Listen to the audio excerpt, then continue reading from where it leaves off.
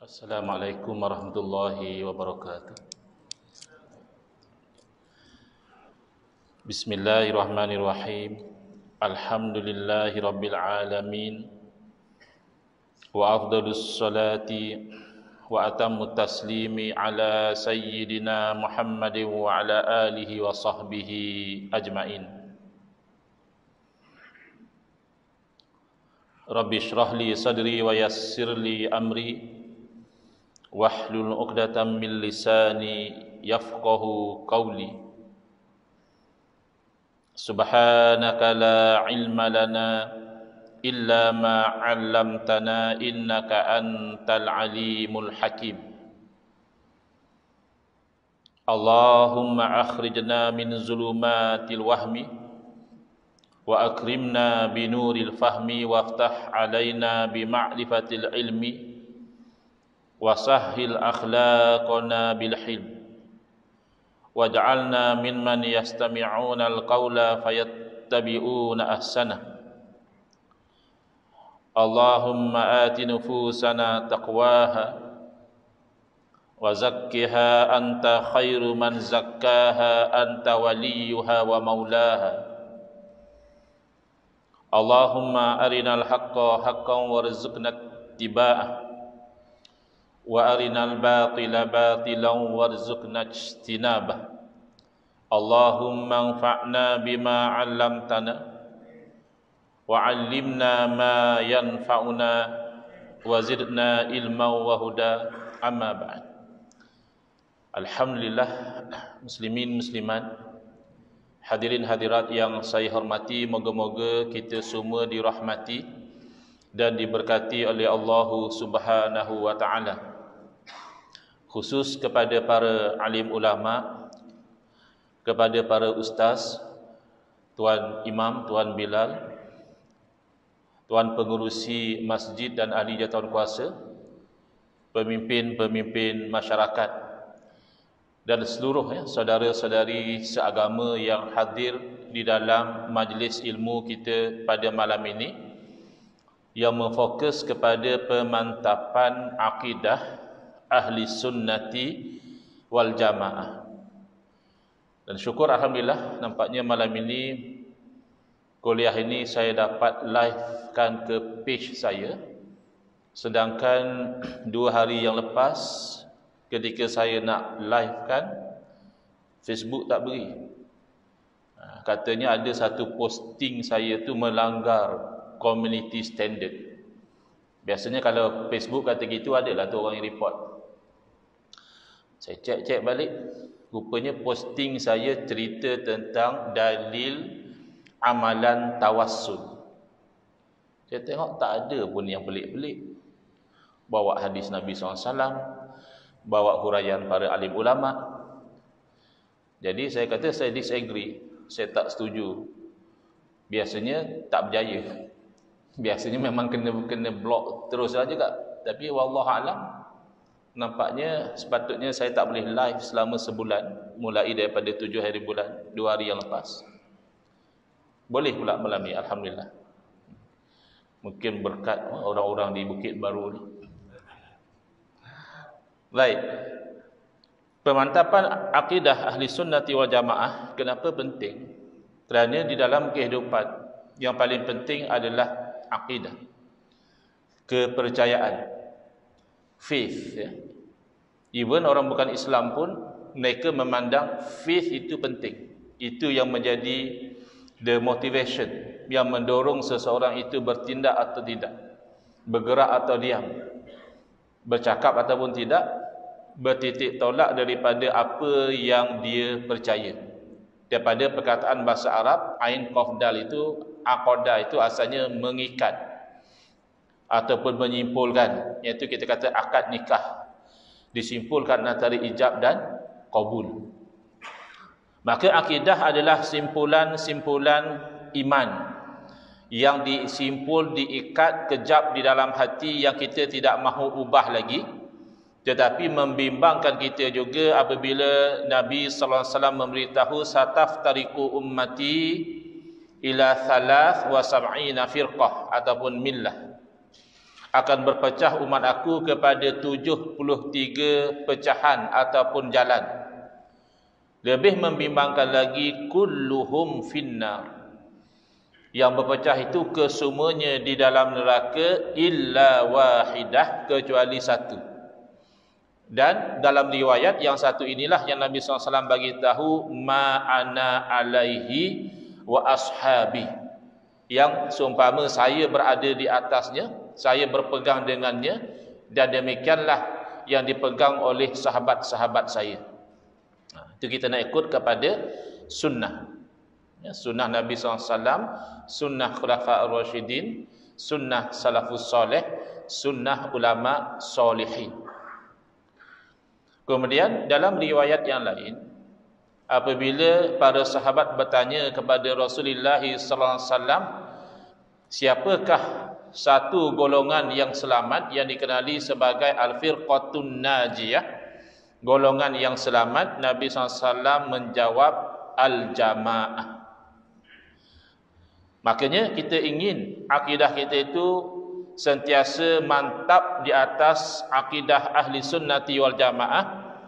Ada 3 perkataan di situ.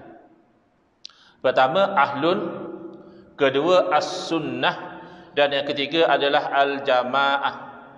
Ahlun ada pelbagai makna, boleh jadi dengan makna ahli keluarga, boleh jadi dengan makna penduduk ahlul jannah, penduduk syurga, dan boleh jadi ahlun dengan makna pengikut.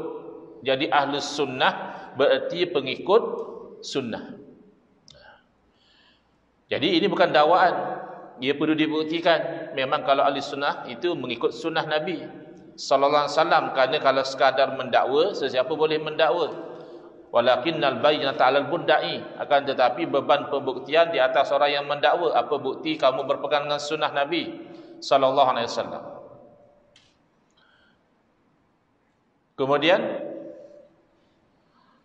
as-sunnah itu sendiri dari segi bahasa adalah at-tariqah, jalan. Bila kata jalan, boleh jadi jalan itu baik, boleh jadi jalan itu buruk. Sebagaimana yang diisyaratkan dalam hadis Nabi sallallahu alaihi wasallam, man sanna fil islami sunnatan hasanatan. Barang siapa yang mengadakan dalam Islam itu satu sunnah yang baik, lalu dapat pahala, dan dapat pahala orang yang mengikuti. Tapi dalam hadis yang sama Nabi sallallahu alaihi wasallam juga bersabda, wa man sanna fil islami sunnatan sayyi'atan. Barang siapa yang mengadakan dalam Islam ni satu sunnah yang buruk. Oh, sunnah pun ada buruk? Ya, dari segi bahasa ada. Kerana dari segi bahasa sunnah itu jalan. Jalan boleh jadi baik, jalan boleh jadi buruk. Tetapi kalau dari segi istilah, sunnah itu telah difokuskan, disempitkan kepada yang baik sahaja. Maka ditarifkan sunnah sebagai at-tariqatul mardiyatul maslukatu fid din, salakaha a'lamuddin. Sunnah dari segi takrif istilah adalah jalan yang diredai, yang dijalani di dalam agama oleh tokoh-tokoh agama. Nombor 1 Rasulullah sallallahu alaihi wasallam, nombor 2 para sahabat, dan nombor 3 pewaris kepada Nabi, iaitu para ulama. Kemudian al-jamaah dari segi bahasa adadu kulli syai'in wa kasratuhu, bilangan setiap sesuatu dan banyaknya sesuatu itu dikatakan jamaah.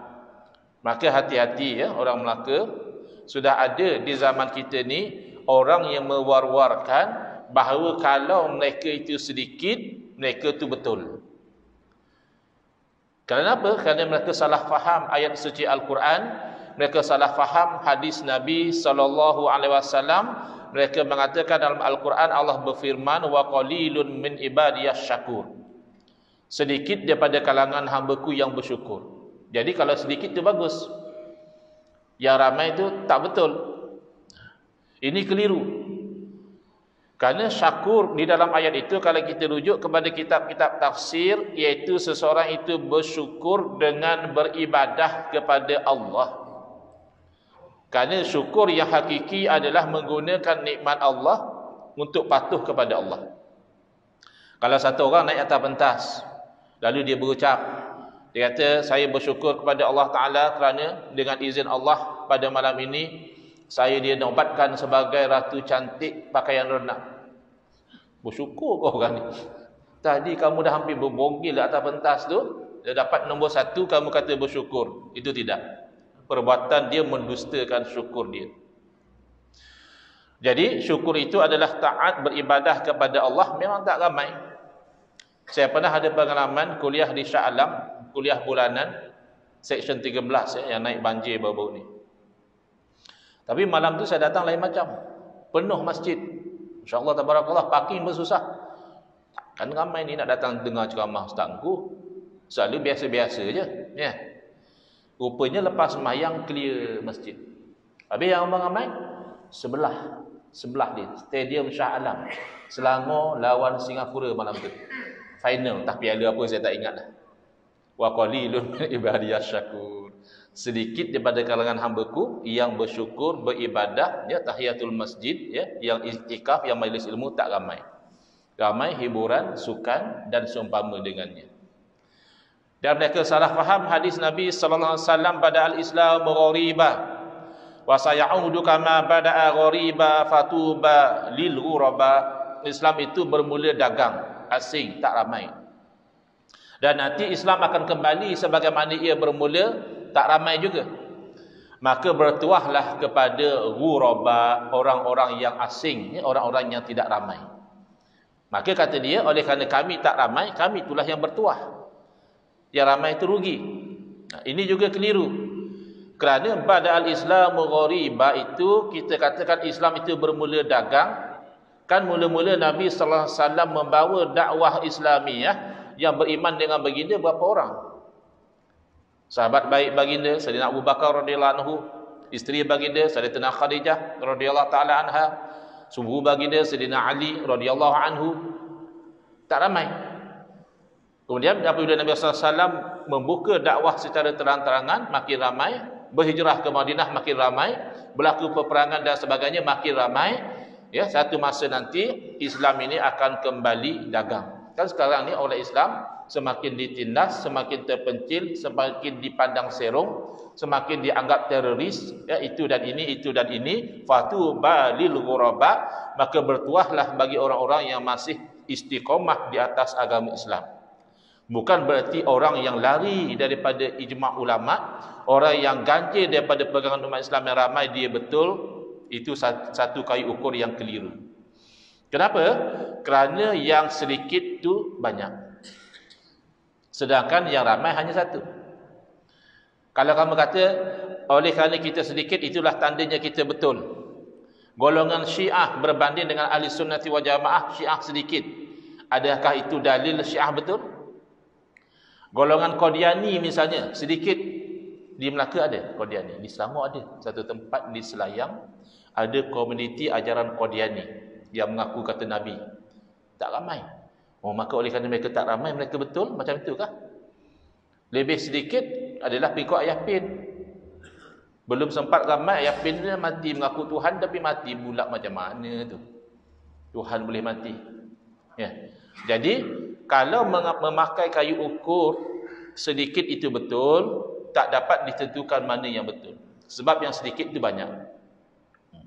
Tetapi kalau yang ramai, semenjak daripada dahulu sehingga sekarang, adalah golongan ahlu sunnati wal jamaah yang diwakili majoritinya oleh al-asyairatu wal maturidiyah. Kita ucapkan tahniah kepada kerajaan negeri Melaka, pemimpin-pemimpin negeri Melaka yang nampaknya ada kesungguhan untuk meletakkan dalam undang-undang bahawa ahli sunnah wal jamaah itu adalah asyairah maturidiyah. Timbul soalan, kata ahli sunnah ikut sunnah Nabi, kenapa pula ahli sunnah wal jamaah asyairah maturidiyah? Asyairah bermakna pengikut Imam Abu Hasan al-Asy'ari, maturidiyah berarti pengikut Imam Abu Mansur al-Maturidi. Sepatutnya ahli sunnah pengikut Rasulullah sallallahu alaihi wasallam. Jawapannya adalah kerana asalnya memang ikut sunnah itu sunnah Nabi sallallahu alaihi wasallam, tetapi setelah berlakunya fitnah perpecahan kefahaman di kalangan umat Islam, Ada yang bawa akidah Qadariyah menafikan takdir, ada yang membawa akidah Jabariyah menyalahkan takdir, ada yang membahagi-bahagikan yang baik Allah takdir, yang buruk Allah tidak takdir, jadi Mu'tazilah, ada yang Jahmiyah, ada yang Murji'ah, ada yang Musyabbihah dan sebagainya, masing-masing mengaku ikut akidah Rasulullah sallallahu alaihi wasallam. Jadi supaya dapat dikenal beza mana yang betul-betul ikut sunnah Nabi dan yang sekadar mendakwa ikut sunnah, maka ulama menerangkan seumpama al-Imam Murtada Az-Zabidi rahimahullah taala dalam kitab Ittihafus Sadatil Muttaqin, syarah kepada kitab Imam Ghazali Ihya Ulumuddin, menyebutkan idza utliqa ahlu sunnati wal jamaah fal muradu bihim al-asy'ariyatu wal maturidiyah. Jadi satu masa dahulu berlaku pertemuan sengit antara Asy'ariyah Maturidiyah di dalam nak membuktikan kebenaran dengan satu kelompok, satu golongan yang dikenali sebagai Mu'tazilah. Mu'tazilah kata dia betul. Bahkan dia berjaya mempengaruhi khalifah-khalifah pada masa itu untuk mempercayai bahawa Mu'tazilah itu betul dan bahawa Al-Quran itu makhluk. Maka ulama-ulama dipaksa untuk mengatakan Al-Quran dengan arti kata kalam Allah tu makhluk. Sehingga Imam Ahmad bin Hanbal rahimahullah taala diseksa. Sehingga Imam Syafi'i rahimahullah taala terpaksa melarikan diri, ya, dan seterusnya. Tetapi alhamdulillah Allah takdirkan bangkitnya mantan Mu'tazilah. Pernah terpengaruh dengan fahaman Mu'tazilah, iaitu al-Imam Abu Hasan Al-Asy'ari, untuk menghancurkan Mu'tazilah. Ya, asalnya al-Imam Abu Hasan Al-Asy'ari memang ahli sunnah wal jamaah, orang Islam kata-kata ahli sunnah wal jamaah. Tapi bila timbul Mu'tazilah, kebetulan ibu beliau tu berkahwin dengan ulama Mu'tazilah. Jadi bapa tiri dia ulama Mu'tazilah, sikit sebanyak terpengaruh. Tetapi benih yang baik dalam hati dia itu merasakan ada something wrong. Ada sesuatu tak betul dengan akidah Mu'tazilah ini. Antaranya apa? Mu'tazilah mengatakan Allah mesti melakukan yang baik. Di sisi kita ahli sunnah wal jamaah, baik atau buruk semua perbuatan Allah. Hakikatnya begitu. Cuma dari segi adab, kita tidak menisbahkan yang buruk kepada Allah. Adab saja. Hakikat akidah, ya, katalah ada orang dibunuh. Oi, pembunuhan tu bukan Allah takdirkan. Maknanya ada kuasa lain daripada kuasa Allah. Itu kan syirik. Jadi Mu'tazilah mengatakan Allah mesti mentakdirkan yang baik. Habis kalau Allah tak takdirkan yang baik, berarti Allah takdir yang lebih baik. Jadi Imam Abu Hasan Asy'ari merasakan ini tak betul. Ini bukan akidah yang diajar oleh Nabi SAW. Lalu Imam Abu Hasan Asy'ari bertanya kepada bapa tiri dia, apa akan berlaku kepada 3 orang yang meninggal dunia? Satu orang meninggal dunia dewasa, soleh, mukmin, mati. Satu orang lagi orang yang fasik, orang yang kafir, mati. Dalam keadaan dua-duanya orang dewasa. Yang ketiga belum balik, masih kanak-kanak, sudah meninggal dunia. Apa nasib 3 orang ni? Jadi guru beliau menjawab, yang mati dewasa, mukmin dan taat masuk syurga. Adil lah, dia buat taat, dia beriman. Yang mati kafir, maksiat, masuk neraka, adil juga. Dan yang mati kanak-kanak nak kata masuk syurga, tak adil lah, dia belum beramal. Nak kata masuk neraka juga tak adil, kerana dia belum buat dosa. Maka ini satu bid'ah golongan Mu'tazilah. Dia ada lagi satu tempat namanya manzilatun bainal manzilataini. Satu tempat antara dua, antara syurga dan neraka, budak-budak duduk tengah-tengah. Maka kata Imam Abu Hasan Asy'ari, kalau demikian, apa jawab Allah kalau budak ini bertanya, ya Allah, kenapakah engkau matikan aku ketika aku belum balik? Tidakkah aslah, tidakkah lebih baik kau matikan aku selepas aku balik? Aku dapat beramal soleh, aku dapat masuk syurga. Sekarang sesuai dengan akidah Mu'tazilah, Allah mesti buat yang baik atau lebih baik? Lalu jawab Al-Jubai, bapa tiri beliau, Allah akan jawab, kerana aku tahu Aku sudah sedia tahu bahawa kamu ni nanti kalau balik, kamu bukan jadi orang yang beriman dan taat. Kamu nanti akan jadi orang kafir dan maksiat. Makanya aku aslahnya, lebih baiknya, aku matikan kamu sebelum kamu balik supaya kamu tak masuk neraka.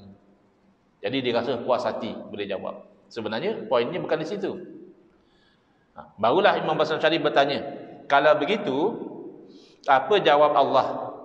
Lelaki yang mati dewasa dalam keadaan kafir dan maksiat bertanya kepada Allah, ya Allah, sebagaimana kau tahu nasib budak ini akan menjadi kafir dan maksiat, kau juga tahu nasib aku jadi kafir dan maksiat. Kenapa kau tidak matikan aku sebelum aku balik? Itu lebih aslah, lebih baik, supaya aku tak masuk neraka. Tak boleh jawab guru dia.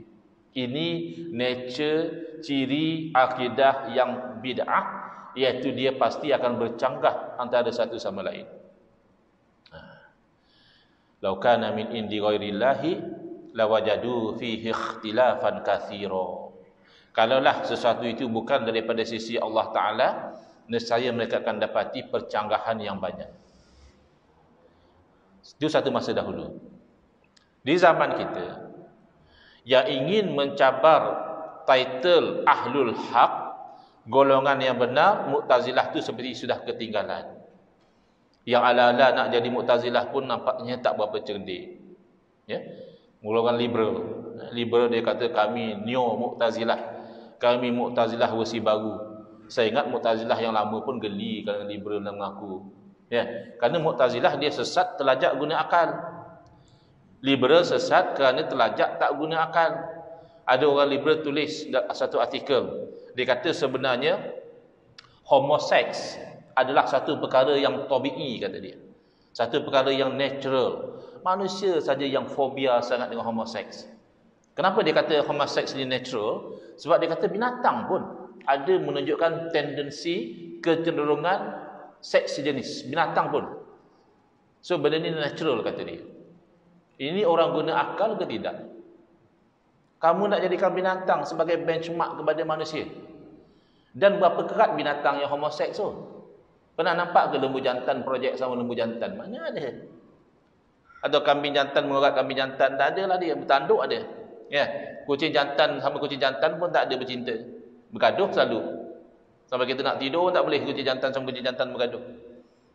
Kot adalah sejenis apa siput ke, ya, sejenis lalat ke, sejenis monyet ke, takkanlah kamu nak ambilkan sesuatu yang di sisi binatang pun benda tu exceptional, benda tu jarang-jarang, kamu jadikan benchmark, lalu kamu katakan homoseks tu natural. Kalau memang kamu nak berkiblat kepada binatang, golongan liberal, ambillah yang binatang ijma'. Yang binatang konsensus sepakat, tak ada khilaf di kalangan binatang, iaitu ke sana kemari tidak perlu berpakaian. Maka kalau berbogil, berboleh tengah jalan sambil makan tom yum, ya tak ada pakai apa-apa, itu natural. Sebab tu saya tak fikir orang liberal tu Mu'tazilah. Mu'tazilah dia guna akal tapi terlajak. Maka di zaman kita yang nak mengaku Ahlul Haq adalah satu golongan dinamakan golongan Wahabi. Tak maaf ya kalau ada jemaah yang minat Wahabi, jangan marah. Ya, cerita terus terang saja ya, Wahabi ini merujuk kepada Muhammad bin Abdul Wahhab. Jadi orang Arab ni dia biasa panggil Abu apa atau Ibn. Jadi bapa beliau ni Abdul Wahhab ni ulama mazhab Hambali. Jadi dia terkenal dengan nama Ibn Abdul Wahhab. Kalau orang Melaka kata anak Pak Wahab. Jadi bila dia bawa satu gerakan, maka pengikut dia tu lekat kepada nama ayah dia. Ya, Wahabi. Sepatutnya Muhammadi lah dia pengasasnya. Tapi jaranglah sekarang Muhammad ini nama Nabi sallallahu alaihi wasallam, nama pengasas mazhab kita juga Muhammad ibn Idris. Tapi lekat nama keturunan Asy-Syafi'i. Pengasas mazhab Hambali juga nama Nabi Ahmad bin Hanbal. Tak lekat nama Ahmadi jadi Hambali. Jadi ini biasa, ya. Tak perlu sensitif sangat ya kalau ada orang-orang Wahabi di sini. Kita nak bincang realiti. Wahabi mengaku dialah Ahlul Haq. Asy'ariyah juga mengaku Ahlul Haq. Okey, tak ada masalah. Sama-sama Ahlul Haq, apa salahnya? Kamu betul, saya pun betul. Sebagaimana kita kata pada Hanafi, Ya, kamu ikutlah mazhab kamu, insya-Allah betul. Sembahyang kamu sah. Maliki, ikutlah mazhab Maliki, sembahyang kamu sah. Saya Syafi'i, saya ikut cara saya. Hambali, cara Hambali. Kenapa kita tak boleh kata macam tu? Ya, Wahabi pun betul, Asy'ariyah pun betul, kan lebih harmoni. Ya, kita kalau boleh ya nak begitu.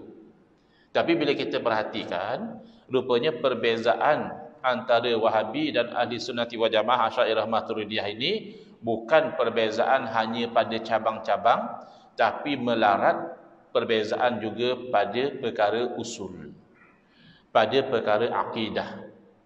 Maka di situlah kita nampak sama ada Wahabi tinggalkan fahaman dia, kembali kepada pegangan Ahli Sunnati wal Jamaah, ataupun kita terpaksa beritahu bahawa fahaman ini adalah fahaman yang bid'ah. Walaupun dia tuduh kita ahlul bid'ah. Nampak macam Wahabi yang anti bid'ah. Kan gitu. Kalau tak anti bid'ah, takkan baca Yasin malam Jumaat berbising. Katanya tak ada dalil. Mungkin tak di sinilah, di setengah tempat lain. Bahkan benda yang khilaf juga dibid'ahkan, macam baca kunut, sebahagiannya kata bid'ah. Yang mengaji mungkin taklah, dia kata ini khilaf. Tetapi hakikatnya mereka itulah ahlul bid'ah, dan lebih parah bid'ah mereka itu di dalam akidah. Antara bid'ah, ya ini saya tak pastilah semua Wahabi pegang macam itu ataupun tidak. Tapi ada orang-orang yang terpengaruh dengan Wahabi, dia kata, Ustaz, saya bab akidah, saya hanya berpegang dengan Al-Quran dan Sunnah. Saya tidak guna akal. Ya? Dalam akidah, akal tolak tepi. Hanya Quran dan Sunnah. Ini orang yang tidak faham Quran dan Sunnah. Kerana apabila dia menolak akal di dalam akidah, berarti sesaat itu jugalah dia menolak Al-Quran dan As-Sunnah. Kerana Al-Quran dan Sunnah lah yang mengajar manusia menggunakan akal untuk memahami akidah. Kerana manusia ini ada yang belum beriman dengan Al-Quran dan Sunnah. Kalau tak guna akal, macam mana mereka boleh terima Quran ini betul? Macam mana mereka boleh terima Sunnah ini betul? Kena mereka gunakan akal terlebih dahulu. Maka Allah berfirman, afala ta'qilun. Kenapakah kamu tak mahu gunakan akal? Afala tatafakkarun. Kenapa kamu semua tidak mahu berfikir? Wa fi anfusikum afala tubsirun. Dalam diri kamu sendiri, kenapa kamu tidak perhatikan? Kerana dalam diri kita ada tanda kewujudan Allah. Dalam diri kita ada tanda kekuasaan Allah. Dalam diri kita ada tanda keesaan Allah Subhanahu Wa Taala. Yang paling basic kita perhati kepada diri kita adalah wujud diri kita itu sendiri menunjukkan pada wujud Allah Taala. Paling basic. Kenapa? Kerana kita wujud selepas tak wujud. Satu masa dulu kita tak wujud, kemudian baru kita wujud. Maka setiap yang wujud selepas tiada pastilah diwujudkan. Kerana tidak mungkin yang tak wujud mewujudkan dirinya sendiri. Mustahil. Maka diwujudkan. Berarti ada di sana kuasa, ada di sana entiti yang mewujudkan kita.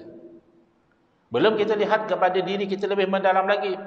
Kita lihat kepada organ-organ yang berfungsi dalam badan kita misalnya. Kita lihat kepada organ jantung. Organ jantung ni antara organ yang sangat rajin bekerja, kerjanya pam darah ke seluruh badan. Nanti patah balik, darah dah kurang oksigen, masuk dalam jantung, keluar darah yang kaya oksigen. Sebab body kita perlu kepada oksigen untuk metabolisme dan sebagainya. Pertanyaan, ya.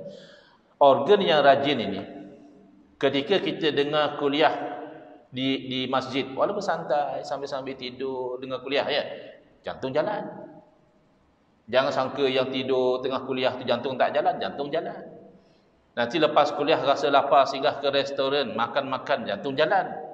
Nanti balik rumah dah penat, dah kenyang, dah ngantuk, tidur, jantung jalan. Masalahnya bila jantung berhenti, kita jalan. Jantung jalan atau jantung berhenti, kita kawal atau tidak? Secara jujur. Ni. Kita kawal atau tidak? Tidak kawal. Kita tidak boleh bagi dia berhenti walaupun 5 minit. Dan kalau sudah berhenti, tidak ada doktor pakar yang boleh memastikan dia terus berdegup. Kalau begitu, siapa yang kawal jantung kita? Muslimat misalnya, kita tahu ya, orang perempuan suka nampak muda. Jangan dinafikan. Kalau tak adalah tokey kosmetik boleh jadi jutawan. Ramai yang nak nampak muda belia.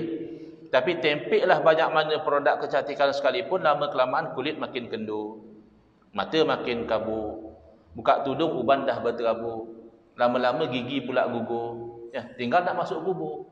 Padahal tak nak masuk. Tapi kenapa begitu proses kehidupan kita menuju kepada penuaan, menuju kepada kematian? Kerana bukan kita sebenarnya yang mengawal. Tak nampak lagi kah Tuhan di sana? Maka kita perlu menggunakan akal, dan menggunakan akal dalam ilmu akidah, ilmu tauhid, itu adalah cara Allah. Ingat ya, kawan-kawan yang sudah terpengaruh dengan Wahabi, jangan tolak akal dalam akidah. Kerana kalau kamu tolak akal dalam akidah, kamu tolak Al-Quran. Dalam Al-Quran, Allah nak menetap dan membuktikan tauhid dan nak menolak syirik. Allah berfirman, "Lau kana fihima alihatun illallahu lafasadata." Kalaulah ada pada kedua-duanya langit dan bumi alihah, Tuhan-Tuhan yang banyak, illallah, lain daripada Allah, lafasadata, nescaya binasalah langit dan bumi ini. Soalan, Allah berfirman, kalaulah ada Tuhan yang banyak, Tuhan banyak ke tidak? Tuhan Esa, Tuhan tidak banyak. Kenapa Allah berfirman kalau Tuhan banyak? Berarti i'malul aqli, menggunakan akal semata-mata. Dalam dunia realiti Tuhan tidak banyak. Tapi cuba bayangkan dengan akal yang sihat, kalau Tuhan banyak, tidakkah masing-masing Tuhan nak buat cara dia? Kerana Tuhan ni maha berkuasa, maha berkehendak, maha segala-galanya. Yang ni nak buat macam ni, yang ni nak buat macam tu, tak bertembung kah? Tengok suasana di negara kita, sudahlah, kan? Ada parti politik yang bersaing untuk dapatkan kuasa. Kadang-kadang oleh kerana bersaing itu, daripada habis PRU sampai PRU akan datang, politik 24 jam, 7 hari seminggu, 365 hari setahun.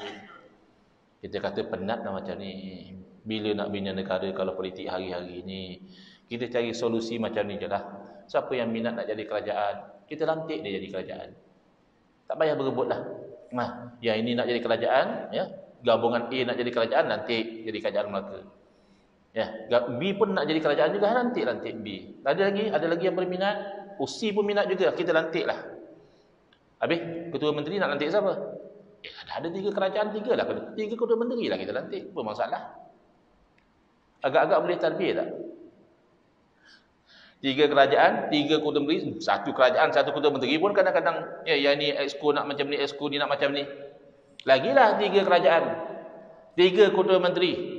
Jadi kalau sebuah negeri sebesar Melaka ni pun tak boleh ditadbir oleh 3 kerajaan, bolehkah alam semesta, langit dan bumi, lautan dan daratan, binatang dan haiwan, manusia dan sebagainya ditadbir oleh lebih pada satu Tuhan? Mustahil. Mustahil adalah hukum akal. Akal yang kata tak mungkin. Kalau orang yang tak faham dia kata tapi boleh jadi juga ustaz. Kok mana tahu Tuhan ramai-ramai tu mereka bincang dulu nak buat macam mana. La ilaha illallah. Kalau kena bincang musyarat dapat kelulusan tu lemahlah tandanya. Bukan Tuhan lah macam tu, macam kita lah juga. Kan? Nak panggil ustaz engku ni nak kena dapat kelulusan dulu. Jaim lulus ke tidak? Ya. Jadi itu bukan Tuhan. Tuhan lulus segala kehendak dia. Maka tak mungkin Tuhan lebih daripada satu. Bahkan menggunakan dalil akli dalam akidah adalah uslub para Rasul. Nabi Ibrahim alaihissalam ketika berdakwah kepada Namrud musyrik. Dan musyrik level 1. Dia mengaku dia Tuhan. Lalu akal yang sihat tak akan boleh terima Tuhan tapi lemah. Siapa yang boleh terima ayah pin Tuhan, akal dah tak sihat. Dalil ayah pin lemah, dia kalau tak makan nasi lapar dia. Ya, ayah pin orang Terengganu, orang Besut, orang Jertih selalu makan nasi cicah budu tu dia. Tuhan makan nasi cicah budu. Dah makan apa pun mesti sakit perut. Pergi ke tandas ada orang ketuk pintu. Cepat sikit weh, kawai sakit perut. Boleh jadi ke Tuhan menunggu di luar tandas sebab nak melepas? Kan mustahil. Maka Nabi Ibrahim AS nak beritahu kepada Namrud, mustahil kamu tu Tuhan kerana kamu tu lemah. Rabbiyalladzi yuhyi wa yumit. Tuhan saya berkuasa menghidup dan mematikan. Itu baru Tuhan. Tetapi Namrud sini sama ada akal dia tu lemah atau dia sengaja nak loya buruk, nak pertahankan kebatilan. Dia kata, ana uhyi wa umit. Alah, setakat hidup mati aku pun boleh. Dia panggil 2 orang tahanan. Satu dia suruh bunuh, satu dia suruh lepaskan. Kononnya yang dibunuh dia telah matikan, yang dilepas dia telah hidupkan. Ini namanya loya buruk. Karena yang kamu lepas tu dah hidup lama, bukan kamu yang hidupkan dia. Kamu cuma tak bunuh dia saja. Kalau memang nak hidupkan daripada tiada, seekor nyamuk pun Namrud, bahkan saintis sampai zaman sekarang tidak boleh hidupkan. Itu bayi tabung uji, Ustaz? Bayi tabung uji bukan mereka cipta. Sperma siapa yang cipta? Allah. Ovum siapa yang cipta? Allah. Mereka cuma senyawakan di luar rahim, mereka namakan bayi tabung uji. Bukan mereka yang ciptakan. Maka tengok, para rasul juga menggunakan dalil akli. Tapi oleh kerana Namrud tak pick up, atau dia memang saja nak mempertahankan kebatilan, Nabi Ibrahim AS membawa dalil akli yang lebih jelas lagi. Fa inna Allah ya'ti bisyamsi minal masyriq. Sesungguhnya Allah yang maha berkuasa menerbitkan matahari daripada timur. Fa'ti biha minal maghrib. Kalau kamu Tuhan, pasti kamu berkuasa. Sila terbitkan matahari daripada barat. Tengok. Fa buhital ladzi kafar. Terbungkam, tak boleh jawab orang kafir itu dengan dalil akli. Jadi hati-hati. Golongan yang kononnya hanya pegang Quran Sunnah, tak pakai akal dalam akidah, kamu telah menolak Quran dan Sunnah. Bahkan Nabi kita sallallahu alaihi wasallam juga. Sebab itu kita ada sifat 20. Kadang-kadang orang anti dengan sifat 20. Dia kata sifat 20 ini bid'ah. Hidupkan balik. Pengajian sifat 20 di Melaka ni hidupkan. Mantapkan balik. Tapi boring Ustaz mengaji kitab kuning. La ilaha illallah. Tak suka warna kuning, cetak warna putih. Apa masalah?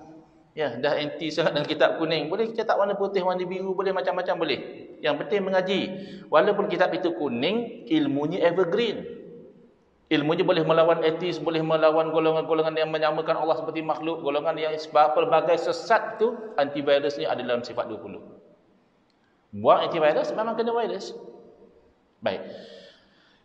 Di situlah kenapa ulama susun ilmu sifat 20, kerana akidah ini dalam Quran hadis dia ada di sana sini. Jadi tak semua orang senang untuk faham akidah daripada Quran dan hadis. Sama juga macam ilmu fiqh. Dalam ayat ni ada hukum ni. Dalam ayat sana hujung ada hukum yang berkaitan. Dalam hadis pun ada hukum tentang isu ni. Kerja ulama nak kumpul dan permudahkan. Kalau nak kira tidak bid'ah, belajar rukun sembahyang 13 perkara pun bid'ah. Kan ada sahabat Nabi dulu belajar rukun sembahyang 13 perkara. Pertama niat, kedua berdiri betul. Tak ada sahabat mengaji macam itu. Tapi sembahyang ni itulah juga. Sebagai contoh, dalam ilmu sifat 20 antara yang kita belajar adalah segala af'al yang baharu. Yang baharu dalam ilmu akidah maknanya makhluk. Af'al perbuatan. Segala perbuatan makhluk dan kainat, apa saja yang berlaku, gempa bumi, kemarau dan sebagainya, tidak memberi bekas. Hanya saja yang memberi bekas adalah Allah Ta'ala juga. Ini intipati akidah Ahlussunnah wal Jamaah. Kita seimbang antara hakikat dan syariat. Kita seimbang antara hakikat dan juga asbab. Kalau tidak faham hanya asbab semata-mata, itu yang jadi qadariyah. Yang tak faham hakikat semata-mata syariat dia ketepikan, itu yang jadi batiniyah. Jadi Ahlussunnah wal Jamaah tidak demikian, dia seimbang. Kerana Nabi sallallahu alaihi wasallam yang mengajar hakikat, baginda juga yang mempertahankan syariat. Nabi yang suruh kita memandang dengan pandangan hakikat, Nabi juga yang suruh kita berikhtiar dengan ikhtiar asbab. Makanya ketika Nabi SAW bersabda, la adwa, tidak ada jangkitan penyakit. Itu Nabi nak ajar apa tu? Hakikat. Kerana hakikat penyakit daripada Allah. Saya dah jumpa orang yang beria betul dia jaga SOP. Tak boleh sentuh ni sikit, sanitize. Tak boleh ni, sanitize. Kena juga. Kena juga. Tapi yang santai-santai, jaga SOP tutup kurang lebih, tak kena juga. Tapi bila Nabi SAW menceritakan hakikat akidah, la adwa, hakikatnya tidak ada jangkitan penyakit, penyakit daripada Allah. Ada satu orang Arab Badawi, Arab kampung, dia tak faham. Arab kampung ni dia kerja jaga kambing, jaga unta. Dia pelik pula yang Nabi ajar ni. Sebab dia perhatikan, dia cerita pada Nabi, bagusnya Arab Badawi ni, bila dia tak faham dia tanya dengan tujuan nak faham. Kalau Wahbi dia tak faham dia tanya dengan tujuan nak hentam, itu yang dia tak faham-faham. Tujuan tu dah tak betul dah. Tanya tu sebab nak hentam. Cuba tanya nak faham macam Arab Badawi ni. Ya Rasulullah, bagaimana tidak ada jangkitan sedangkan kita ada beberapa ekor unta yang sihat, lompat sana lompat sini, masuk satu unta yang berpenyakit, akhirnya habis unta lain berpenyakit. Kan mana ada jangkitan? Dia tak faham. Arab Badawi ni tak faham yang Nabi nak ajar hakikat. Yang dia cerita tu asbab. Lalu Nabi SAW buka fikiran dia dengan satu soalan saja. Nabi bertanya, faman addal awal. Kalau memang penyakit perlu kepada jangkitan, siapa yang menjangkiti unta yang mula-mula sakit? Kamu kata penyakit mesti dengan jangkitan. Dia yang mula-mula, dia jangkit daripada siapa? Baru Arab Badawi itu faham hakikat akidah bahawa penyakit daripada Allah. Tapi asbab, Nabi SAW bagi pesanan, hendaklah kamu lari daripada orang yang berpenyakit kusta, seumpama kamu lari daripada singa. Itu asbab. Kan kalau ada penyakit taun, yang belum masuk jangan masuk, yang sudah di dalam jangan keluar, kuarantin. Itu asbab. Jadi seimbang kita antara hakikat dan asbab. Wahabi gagal faham yang ini, maka dia jatuh kepada kesalahan mensyirikkan umat Islam. Ini Nabi SAW bagi tahu. Satu orang yang dia sudah mengaji sehingga orang tengok, dia ni ada harapan, dia inilah yang akan jadi pembantu pada Islam. Tak tahu dia pergi pada jiran dia, bawa pedang, dia kata, ya musyrik, wahai orang syirik. Ini kita dah kena. Kita tawasul, dia kata syirik. Kita istighasah, kita kata madad ya Rasulullah, syirik, kata dia. Aghithna ya Rasulullah, syirik. Dia tak tahu minta tolong dengan makhluk dengan minta tolong dengan Allah tak sama. Minta tolong dengan Allah tu hakikat, minta tolong dengan makhluk asbab. Nabi kata, boleh dengan syarat makhluk masih hidup. Bagi kita makhluk hidup atau mati tetap makhluk. Kamu nak suluh dengan suluhan hakikat atau asbab? Kamu suluh dengan hakikat, yang hidup pun tak boleh buat apa-apa. Mana dalil? Kan Wahabi suka tanya gitu. Okeylah, dia tanya dalil, kita bagi dalil. Dalil bahawa yang hidup juga tidak boleh buat apa-apa. Firman Allah Ta'ala, Kul la amliku li nafsi naf'an wa la dharra. Katakanlah wahai Muhammad sallallahu alaihi wasallam, aku tidak milik untuk diri aku sendiri sebarang manfaat ataupun mudarat. Bila Allah perintahkan Nabi sebut tu? Masa Nabi masih hidup. Ketika Nabi SAW masih hidup, kalau kamu tengok dengan pandangan hakikat, Nabi SAW tak boleh buat apa-apa. Sebab segalanya di tangan Allah. Tapi hujung ayat dia kata apa? Illa masya Allah. Kecuali apa yang Allah kehendaki, maka Allah jadikan Nabi SAW ni sebab kepada kebaikan yang banyak. Dan Nabi SAW juga dijadikan sebab untuk menolak kemudaratan yang banyak. Kemudaratan yang paling besar yang ditolak dengan sebab Nabi SAW adalah kemudaratan syirik. Dengan sebab Nabi SAW, ramai manusia terselamat daripada syirik. Hakikat yang selamatkan manusia siapa? Allah. Kita nak ambil faham ya. Sebab saya target nak berhenti sebelum pukul 9. Ini dah pukul 8.40. Mungkin 8.45 kita buka pada soalan kalau ada. Kalau tak ada, saya sambung sikit dan kita berhenti. Ceramah lama-lama pun lapar juga. Ya dah hujan-hujan ni cepat lapar. Itu kan asbab tu. Hakikat siapa yang bagi kenyang? Nasi ke Allah? Allah. Kalau kata nasi bagi kenyang bukan Allah, itu syirik. Walaupun tak sembah berhala. Itu akidah qadariyah. Cuba kita ambil faham ya. Ada orang mengatakan selawat syifa adalah syirik. Orang Melaka hafal selawat syifa, Allahumma salli ala sayyidina Muhammadin tibbil qulubi wa dawaiha wa afiyatil abdani wa shifaiha wa nuril absari wa diyaiha wa ala alihi wa sahbihi barak salim, ataupun lafaz yang seumpama dengannya. Mereka kata syirik. Kenapa syirik? Kerana dalam selawat kamu menyebut Nabi itu syifa. Nabi adalah kesembuhan kepada tubuh badan. Kalau kita tubuh badan sakit, Nabi penyembuhnya. Kan syirik. Kerana yang menyembuhkan penyakit adalah Allah. Wa idza maridtu fa huwa yashfin. Apabila aku sakit, dalam keadaan disebut begitu, maka dia Allah yang menyembuhkan. Kalau kamu kata Nabi syifa, kamu telah menyamakan Nabi dengan Allah. Maka ini syirik. Ini gagal faham lagi. Bila kita kata Nabi SAW syifa, itu nisbah sababiyah, penisbahan secara sebab. Bila kita kata Allah syafi, itu penisbahan hakikat. Jangan dikelirukan. Buktinya Nabi SAW sendiri pernah menisbahkan kesembuhan kepada makhluk yang kecil dan remeh sahaja. Nabi SAW bersabda dan hadis ini sahih. Al-habbatus sauda shifaun likulli da'in ilal maut. Habbatus sauda, kata Nabi SAW, menjadi penyembuh kepada setiap penyakit. Kata ulama, setiap di situ makna kebanyakan penyakit kecuali mati. Habbatus sauda makhluk atau tidak? Kalau betul menisbahkan kesembuhan pada makhluk syirik, mustahil Nabi SAW ucapkan benda syirik. Maka jauhi fahaman Wahabi yang gagal faham.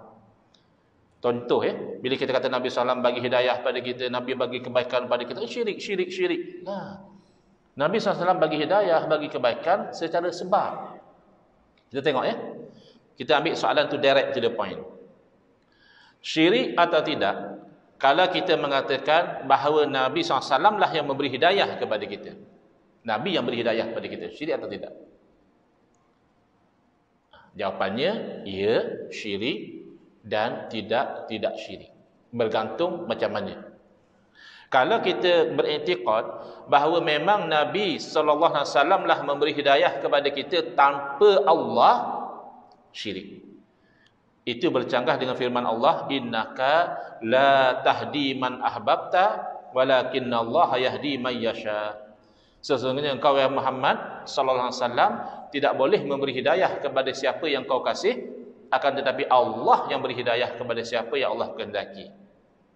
Tetapi tidak syirik. Kalau kita kata Nabi SAW bagi hidayah sebagai sebab hidayah, dengan Nabi lah Allah beri hidayah kepada kita, itu tidak syirik dan selari dengan firman Allah, innaka la tahdi ila siratim mustaqim. Sesungguhnya engkau wahai Muhammad benar-benar memberi hidayah kepada jalan yang lurus. Tengok. Satu Allah kata Nabi tak boleh bagi hidayah. Satu Allah kata Nabi beri hidayah. Mana satu yang betul? Mesti dua-dua betul. Dua-dua ayat Quran. Maka kena faham dengan konteks yang sebenar. Kalau hakikat memang Allah yang beri hidayah, bukan Nabi. Tapi kalau asbab, maka Nabi memberi hidayah. Okey. Sebelum saya berhenti dan buka pada soalan, kita fahami ayat suci Al-Quran. Allah berfirman, wa ma ramaita id ramaita walakinallaha rama. Bukanlah kamu melontar ketika mana kamu melontar. Macam mana tu? Mula-mula kata bukan kamu melontar, tapi ketika kamu melontar. Mana satu yang betul? Mesti dua-dua betul. Dua-dua ayat Al-Quran. Cuma cara kita memahami mesti betul. Wa ma ramaita khalqan id ramaita kasban walakinallaha rama haqiqatan. Bukan kamu yang melontar secara menciptakan pelontaran, al-khalqu lillah. Mencipta itu hanya Allah saja. Ketika mana kamu melontar secara usaha dan ikhtiar, kan akidah Ahlussunnah wal Jamaah, makhluk ini hanya usaha ikhtiar saja, yang memberi menjadinya adalah Allah. Walakinallaha rama haqiqatan. Akan tetapi Allah lah yang melontar secara hakikat, kerana kamu tu juga Allah yang ciptakan, perbuatan kamu juga Allah yang ciptakan. Wallahu khalaqakum wa ma ta'malun. Baik. Just nice 8.45. Silakan kalau ada soalan yang mampu saya jawab. Sebab saya ingat dulu saya pernah kuliah dekat masjid ni, tapi macam masjid lama. Mungkin masa tu masjid belum siap ke, ada sebelah sana saya masuk. Masjid lama. Ada seorang minta bertanya soalan. So saya ada persepsi orang Bukit Baru rajin bertanya. Kok orang tu tak datang malam ni, wallahualam lah. Tapi itu hari dia memang minta, dia kata dia nak tanya soalan. Silakan kalau ada.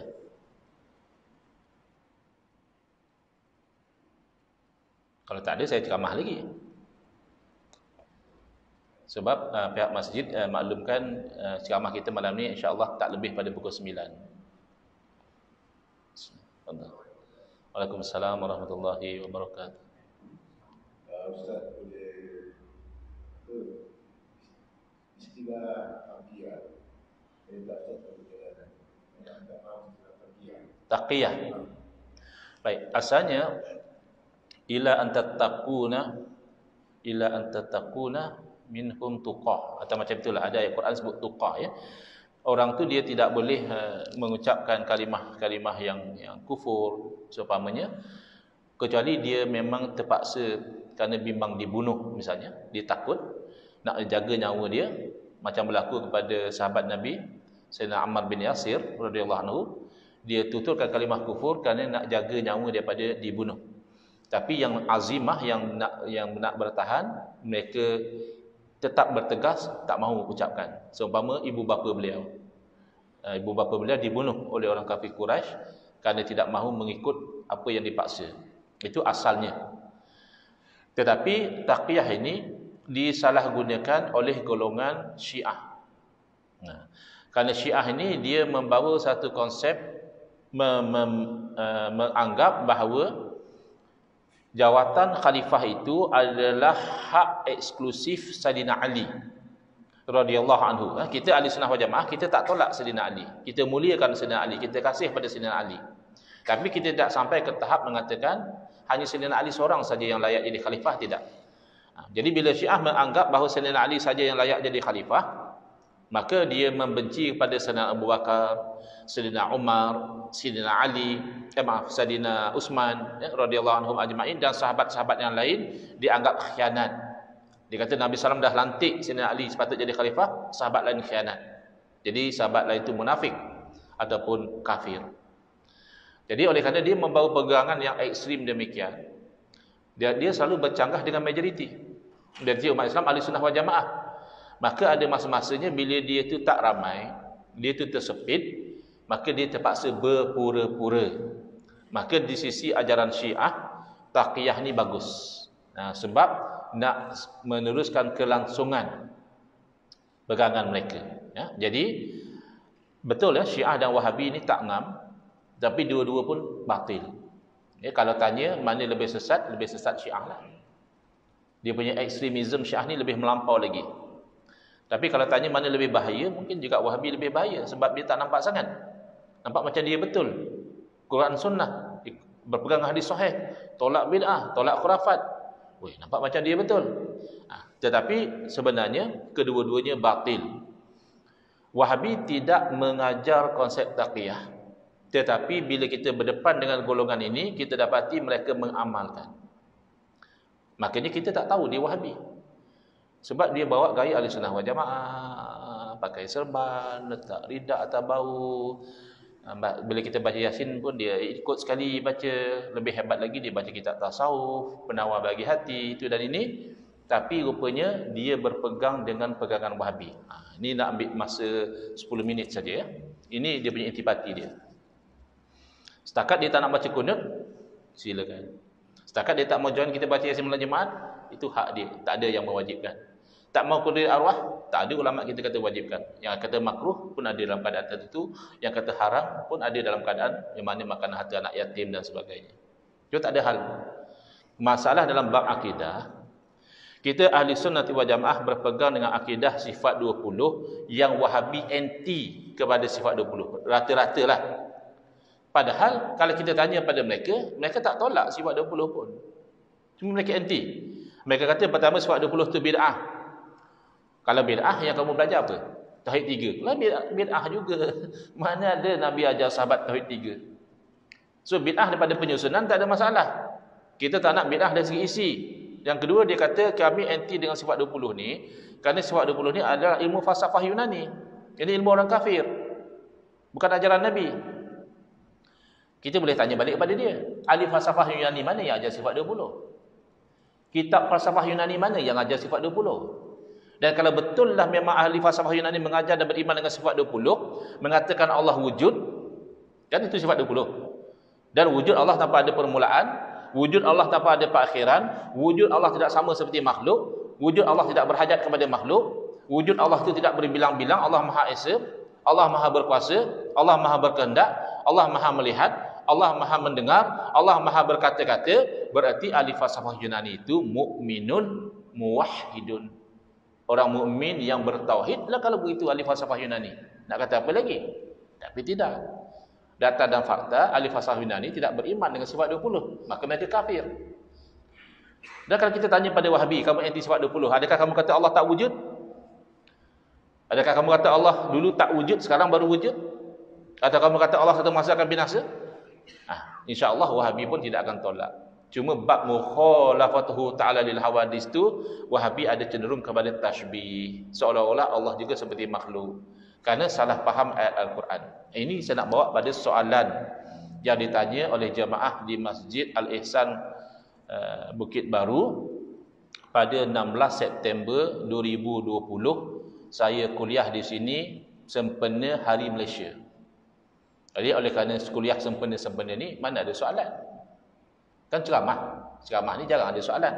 Tapi jemaah ni minta nak bertanya. Pertanyaan dia adalah, Ustaz, adakah saya itu jadi kafir kalau saya menetapkan istiwa bagi Allah? Saya kata Allah ada istiwa, adakah saya jadi kafir? Maka saya jawab, itu terbalik tuan. Terbalik. Sebenarnya tuan boleh jadi kafir kalau tuan menafikan istiwa. Kerana tuan menafikan apa yang sabit dalam Quran dan hadis. Rupanya dalam pemikiran dia menyangkakan Asy'ariyah menolak istiwa. Wahabi bagus. Wahabi menerima istiwa. Asy'ariyah tolak istiwa. Jadi kita ikut Wahabi. So Wahabi ni dia pegang Quran hadis. Asy'ariyah ni dia pakai akal dia tolak istiwa. Tidak. Ahli Sunnah wal Jamaah dan Wahabi sama-sama menerima dan menetapkan istiwa bagi Allah. Sama, tak ada beza. Tetapi bila timbul persoalan, apakah makna istiwa? Itu makna. Istiwa bagi Allah tidak boleh dinafikan. Tapi apa makna istiwa? Maka Ahli Sunnah wal Jamaah, salaf dan khalaf sama pendirian, berbeza pendekatan. Ya, sama pendirian, berbeza pendekatan. Apa pendirian Ahli Sunnah wal Jamaah dalam bab ayat mutasyabihat macam ini? Yadullah, wajhullah. Ya, kalau terjemah tangan Allah. Kita tangan Allah ada anggota tangan lah. Wajhullah kalau terjemah muka Allah. Oh, jadi Allah pun ada muka lah. Apa beza dia? Ialah Ahli Sunnah wal Jamaah berpegang dengan pegangan namanya tanzih. Tanzih maknanya menyucikan Allah daripada menyerupai makhluk. Tak mungkin Allah seperti makhluk. Dan tak mungkin Allah bersifat dengan sifat kekurangan. Itu namanya tanzih. Sementara golongan Wahabi, mereka keliru sehingga mereka cenderung kepada tashbih. Misal ya, istiwa di sisi kita, kalau nak ikut salaf, mudah saja. Kita pasti ada yang di sana istiwa, tapi makna istiwa serah kepada Allah. Allah yang tahu makna istiwa, dan pastilah makna istiwa itu layak dengan Allah. Selesai. Itu salaf. Tapi kalau khalaf, dia masih terbuka kepada makna-makna lain. Hatta walaupun makna itu daripada Mu'tazilah misalnya. Dikatakan istawa itu ada 14 atau 15 makna. Salah satu makna istawa adalah istaula, menguasai. Jadi orang Mu'tazilah mengatakan istawa itu maknanya Ar-Rahmanu 'alal 'arsy istawa, berarti Ar-Rahmanu 'alal 'arsy istaula. Tuhan yang Rahman menguasai arasy. Kenapa kita masih terima? Kerana meyakini Allah menguasai arasy tidak bercanggah dengan akidah. Walaupun tak pasti. Wa ma ya'lamu ta'wilahu illallah. Tak ada yang tahu makna ayat mutasyabihat yang sebenar kecuali Allah yang tahu. Tetapi Wahabi dia cenderung kepada ini ayat Quran cerita ya. Wa ammal ladzina fi qulubihim zaygun fayattabi'una ma tashabaha min. Adapun orang yang hati mereka tu ada zayg, ada ciri-ciri nak sesat, dia akan ikut yang sama-sama. Maka dia kata istawa maknanya Allah itu berada di atas arasy. Ini menempatkan Allah pada makhluk, kerana arasy itu makhluk tanpa khilaf. Mana arasy tu sehebat arasy yang besar, satu masa tak wujud. Allah yang wujudkan. Berarti sebelum ada arasy, adakah Allah tak wujud? Pasti tidak. Maka Allah wujud tanpa arasy itu pasti. Sedangkan menempatkan Allah pada makhluk itu batil. Tapi Ustaz, kami kata Allah istiwa tak sama macam makhluk. Ya okeylah. Tapi kalau kamu menempatkan tu sama macam makhluk. Saya kata yadullah, tangan Allah tapi tak sama dengan tangan makhluk. Okey. Tapi apa maksud tangan? Adakah kamu maksudkan anggota badan? Tak, saya tak kata anggota badan. Saya hanya kata Allah punya tangan yang tak sama seperti makhluk. Masih okey. Kita berkadang kata segala-galanya di tangan Allah. Adakah kita bermaksud Allah punya anggota tangan? Kan tidak. Tetapi cara mereka berhujah menunjukkan sebenarnya yang ada dalam otak mereka anggota tangan. Sehingga mereka berkata kalau Allah tak punya tangan, berartinya Allah kudung. Itu kan anggota tangan.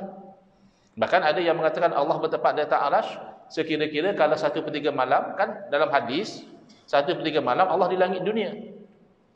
Kata dia arasy kosonglah sekejap.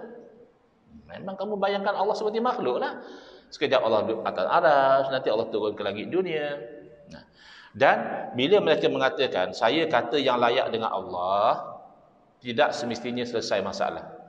Kalau kita kata Allah mendengar, tapi tak sama seperti mendengarnya makhluk, itu betul. Mendengar itu sifat kesempurnaan. Dan mendengar Allah itu tidak ada permulaan. Mendengar Allah tidak perlu pada alat. Mendengar Allah itu tidak terbatas. Mendengar Allah itu kekal. Tapi kalau kamu kata misalnya, kita ambil contoh yang ekstrim. Wahabi pun tak kata macam ni. Sebab kita nak ambil common ground. Boleh selesai tak masalah kalau orang mengatakan Allah juga beranak, tapi tak sama macam makhluk beranak? Tak boleh. Beranak itu bukan sifat Allah. Makanya bila kita baca dalam Al-Quran, nasullaha fanasiyahum, mereka lupa akan Allah lalu Allah lupa akan mereka. Kita tak boleh kata Allah juga bersifat lupa, tapi lupa yang layak dengan Allah. Lupa itu saja sudah tidak layak dengan Allah. Lupa nisbah pada manusia pun kekurangan. Perawi hadis kalau pelupa, hadisnya jadi dhaif. Nah, maka ulama tafsir mengatakan lupa di situ bermakna Allah tidak peduli kepada mereka, Allah tidak rahmat mereka, Allah azab mereka. Kerana di dunia mereka tidak peduli kepada perintah Allah. Dan terakhir ada 1 minit lagi, mentakwilkan perkataan yang tidak layak kepada Allah ni dengan makna lain adalah cara Allah sendiri. Dalam hadis kursi, Nabi SAW memberitahu bahawa Allah berfirman. Kan hadis kursi Nabi cerita apa yang Allah sebut. Dalam hadis tersebut Nabi berkata, Allah berfirman, ya bena Adam, maridtu falam ta'udni. Wahai anak Adam, satu masa aku sakit, kamu tak ziarah aku. Boleh tak kita kata sebenarnya berdasarkan hadis tadi Allah juga sakit, tapi sakit yang layak dengan Allah lah. Mana ada sakit yang layak dengan Allah? Sakit itu kan kekurangan. Kekurangan tak layak dengan Allah. Lalu dalam hadis tersebut Allah sendiri takwil. Allah alihkan daripada perkataan aku sakit, Allah terangkan hamba aku sakit. Kalau kamu ziarahi dia, nescaya kamu dapati aku berada di sisinya. Tak boleh kita kata Allah bertempat di hospital, Allah bertempat di rumah sakit. Maksudnya rahmat Allah hampir dengan orang yang sakit. Kalau kamu ziarah dia, kamu juga mendapat rahmat Allah Subhanahu wa taala. Jadi sebagai penutup, insya-Allah ya, di Melaka ni saya percaya masih ramai alim ulama. Kita hidupkan pengajian akidah tauhid sifat 20. Cuma penerangan itu mestilah dengan bahasa yang moden, contoh yang mudah difahami. Sebab kalau masih dengan bahasa lama, bermula setiap af'al makhluk, itu kan orang akan jadi tak ingat, tak faham. Kita permudahkan bahasa, tapi akidahnya akidah yang sama, ahli sunnah wal jamaah. Hadza wabillahi taufiq wal hidayah. Wassalamualaikum warahmatullahi wabarakatuh. Bismillahirrahmanirrahim. Alhamdulillahirabbil alamin, wassalatu wassalamu ala sayidina Muhammadin wa ala alihi washabbihi ajmain. Allahumma syrah sudurana wa ahsin akhlaqana wa azim ujurana wa nawwir qulubana bi nuri hidayatika kama natarada bi nuri syamsika abadan abada bi rahmatika ya arhamar rahimin. Walhamdulillahirabbil alamin. Amin ya rabbal alamin. Wal afu minkum.